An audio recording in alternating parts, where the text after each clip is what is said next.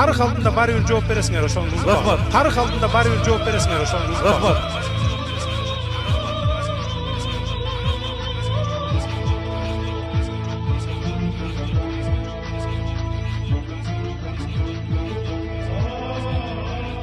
Мен ушуну айтайын дегеним, урматтуу депутаттар, Мегакомдон күнүнө 2 миллион доллардын тегерегинде выручка түшөт. Күнүнө 2 миллион доллардын тегерегинде выручка түшөт. Каяктагы бир инвестор деген ат менен шылуундарга берген атабыз.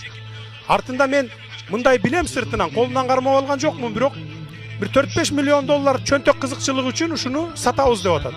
Анан эле шылтоодо мамлекетте мунун башкара турган менеджер жок, анан иштете албайбыз, талатып ийебиз, тонотуп ийебиз деп. Анда эмнеге премьер-министр иштеп атат? Министрлер эмнеге иштеп атат анда? Анда бардыгын таркатып туруп эле өкмөттү тиги инвесторлорго бербейлби Кыргызстанды башкаргыла деп. Инвесторлорго бербейлби Кыргызстанды башкаргыла деп.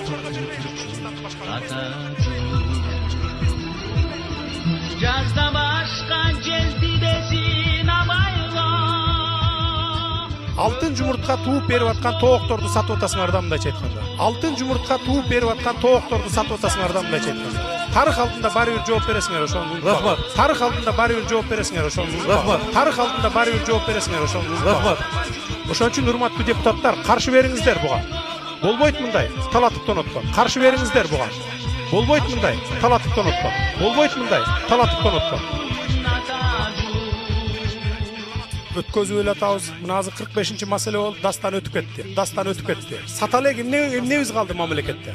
Биздин мамлекет эле калды саталек. Мамлекет эле калды саталек. Баткенди саталы, бага албай калдык, коргой албай калдык деп. Кудай сактасын деп. Ошон үчүнчү мындай да көлдү, нарынды саталанда. Ай, урматтуу депутаттар. Ай, урматтуу депутаттар. Дастан прибыль берип аткан предприятие. Эмне үчүн сатышыбыз керек? А Мегаком боюнча болсо, Мегакомду да сатпаш керек 49%. Рахмат. 51%. Рахмат. Болду. Азыр добуш берүүдө талкуу болбойт. Сиз талкуу өтүп кеттиңиз. Сунушуңуз болсо айтыңыз. 2 минутта берди. Сунушуңуз болсо айтыңыз. Конкретно сунуш кандай? Мен баары регламент боюнча кетем. Бөкөңөрдөн укпайм. 3-үчү микрофон.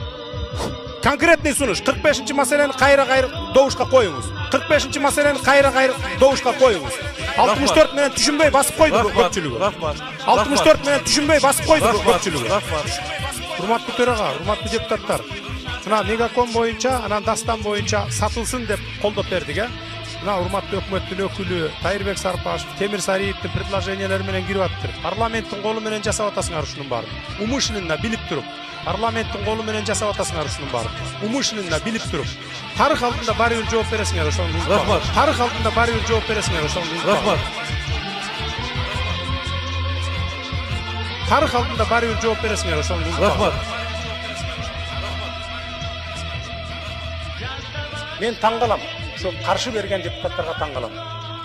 Бүгүнкү күнгө чейин 15 жылдан бери карай 260 тонна алтынды кумтөрдөн ташып кетип, бизге 1 тонна 400 килограмм алтын калтырыптыр. 1 тонна 400 килограмм алтын калтырыптыр. Мына кыргыз элинин пайдасы деп. Ушуга кантип чыдап отурасыңар? Кантип ушуган дитиңер барып добуш берип атасыңар? Кантип ушуган дитиңер барып добуш берип атасыңар? Андан сырткары 77 тонна күмүш алып кетиптир. Андан сырткары 77 тонна күмүш алып кетиптир. 1 килограммы биздин Кыргызстанга калбаптыр пайдасы. 1 килограммы биздин Кыргызстанга калбаптыр пайдасы. Кайсы бетиңер менен ушуга добуш берип атасыңар? 1 килограммы калбаптыр. 2000.